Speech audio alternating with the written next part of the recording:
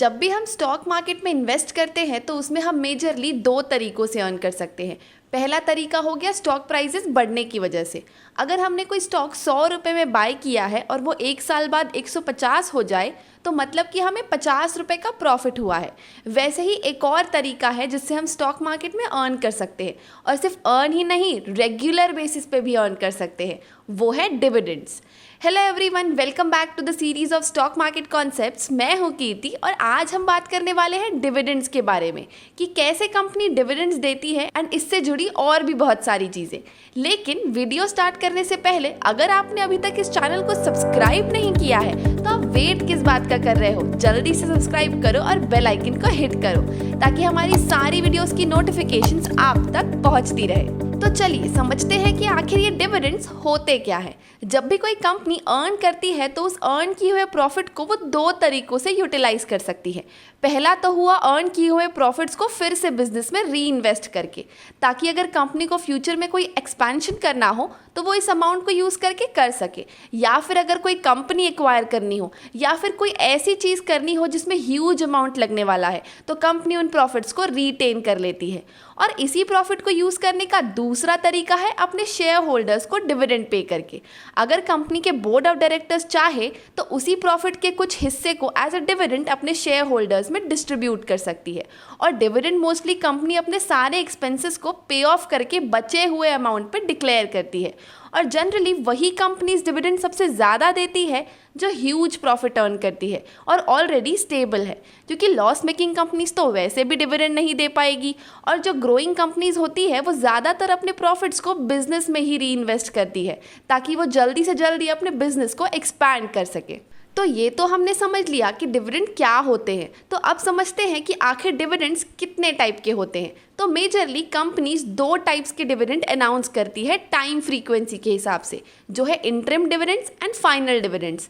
तो इन दोनों में बहुत छोटा सा ही डिफरेंस है। तो अगर बात करें फाइनल डिविडेंड्स की, तो जैसा कि हमें नाम से ही समझ आ रहा है ये कुछ फाइनल से ही रिलेटेड है।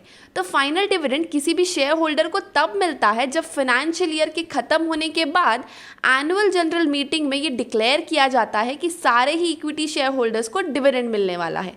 तो मतलब कि जब किसी कंपनी के फाइनल अकाउंटिंग स्टेटमेंट्स बन जाते हैं जिससे उन्हें ये पता चल जाता है कि उस पर्टिकुलर ईयर में उन्हें कितना प्रॉफिट हुआ है, तब कंपनी फाइनल डिविडेंड को अनाउंस करती है। फॉर एग्जांपल, अगर मैंने रिलायंस इंडस्ट्रीज़ के 500 शेयर लिए हैं और कंपनी ने 10 रुपये पर शेयर डिविडेंड डिक्लेयर किया है तो मुझे 5,000 का टोटल डिविडेंड मिल जाएगा। और ऐसे ही अगर नेक्स्ट ईयर कंपनी ने 15 रुपये का डिविडेंड अनाउंस किया तो मुझे 7,500 का डिविडेंड मिलेगा। अब बात करते हैं इंटरिम डिविडेंड की। तो ये कंपनी कभी भी डिक्लेयर कर सकती है। इसमें फाइनल डिविडेंड की तरह फाइनेंशियल ईयर खत्म होने का वेट नहीं करना पड़ता। अगर कभी ऐसा हुआ कि कंपनी अपने क्वार्टर में अच्छे खासे प्रॉफिट्स अर्न कर रही है तो हो सकता है कि कंपनी साल के बीच में ही डिविडेंड डिक्लेयर करे, तो उसे ही हम इंटरिम डिविडेंड कहते हैं। और इवन इसमें कोई एजीएम मीटिंग भी नहीं कंडक्ट की जाती, और जनरली ये क्वार्टर रिजल्ट्स या सेमी क्वार्टर रिजल्ट्स के बाद ही डिक्लेयर होता है। अब बात करते हैं डिविडेंड से जुड़े कुछ 4 इंपॉर्टेंट डेट्स के बारे में जो जनरली हर स्टॉक मार्केट में इन्वेस्ट करने वाले इंसान को पता होनी चाहिए, ताकि अगर कल को आपको किसी शेयर में डिविडेंड मिल रहा हो तो आप इजीली ये समझ सको कि क्या आप डिविडेंड लेने के लिए एलिजिबल हो या नहीं। तो डिविडेंड से जुड़े ऐसे 4 डेट्स होते हैं, जो है declaration date, ex dividend date, record date and payment date. तो अगर हम सबसे पहले बात करें डिक्लेरेशन डेट की, तो ये वो डेट है जब बोर्ड ऑफ डायरेक्टर्स डिविडेंड को अप्रूव एंड अनाउंस करते हैं कि इस साल वो डिविडेंड पे करने वाले हैं। और इस डिक्लेरेशन में डिविडेंड का issue size, record date and payment date भी बता दिया जाता है। अब अगर बात करें एक्स डिविडेंड डेट की, तो रिकॉर्ड डेट के 2 दिन पहले के दिन को एक्स डिविडेंड डेट कहते हैं। जो shareholders ex dividend date या उसके बाद शेयर्स बाय करते हैं उन्हें डिविडेंड नहीं मिलता है। इसका मतलब है कि अगर आपको डिविडेंड चाहिए तो आपको उस कंपनी के शेयर्स एक्स डिविडेंड डेट से पहले ही बाय करने होंगे। जैसे फॉर एग्जाम्पल, अगर किसी कंपनी की रिकॉर्ड डिविडेंड डेट है 25 में तो उसका एक्स डिविडेंड डेट होना चाहिए 23 में। तो अब है रिकॉर्ड डेट। तो इस दिन कंपनी अनाउंस करती है कि उसके डिविडेंड के लिए कौन से शेयर होल्डर्स एलिजिबल है और कौन से नहीं। तो जिस भी शेयर होल्डर का नाम रिकॉर्ड डेट में होता है उसे डिविडेंड कंपनी के थ्रू मिलता ही है। और अगर किसी ने रिकॉर्ड डेट के दिन ही उस कंपनी के शेयर्स बाय किए हैं तो वो इस डिविडेंड के लिए एंटाइटल नहीं होता है। अब लास्ट में आता है पेमेंट डेट। तो इस दिन कंपनी अपने सारे एलिजिबल शेयर होल्डर्स को डिविडेंड डिस्ट्रीब्यूट कर देती है। In case of interim dividend payment date announcement date के 30 डेज बाद आती है और in case of final date payment date AGM के 30 डेज बाद आती है। अगर हम इन तीनों ही डेट्स को सम अप करें तो इसे कुछ ऐसा समझा जा सकता है कि कोई कंपनी है एबीसी लिमिटेड जिसने 20 फरवरी 2021 को अनाउंस किया कि वो डिविडेंड पे करने वाले हैं और रिकॉर्ड डेट सेट किया 15 मार्च का, तो उसकी एक्स डिविडेंड डेट हो जाएगी 13 मार्च। अब बात करते हैं डिविडेंड से जुड़ी एक और इम्पॉर्टेंट चीज़ के बारे में, जो है डिविडेंड पे करने के पीछे उसकी शेयर प्राइस और कंपनी की फाइनेंशियल हेल्थ पे उसका क्या असर पड़ता है। तो एज एन इन्वेस्टर जब हमें किसी कंपनी में इन्वेस्ट करते हैं और हमें डिविडेंड मिलता है तो हमें बहुत अच्छा लगता है कि चलो कोई इनकम तो हमें मिल रही है हमारे इन्वेस्टमेंट के थ्रू।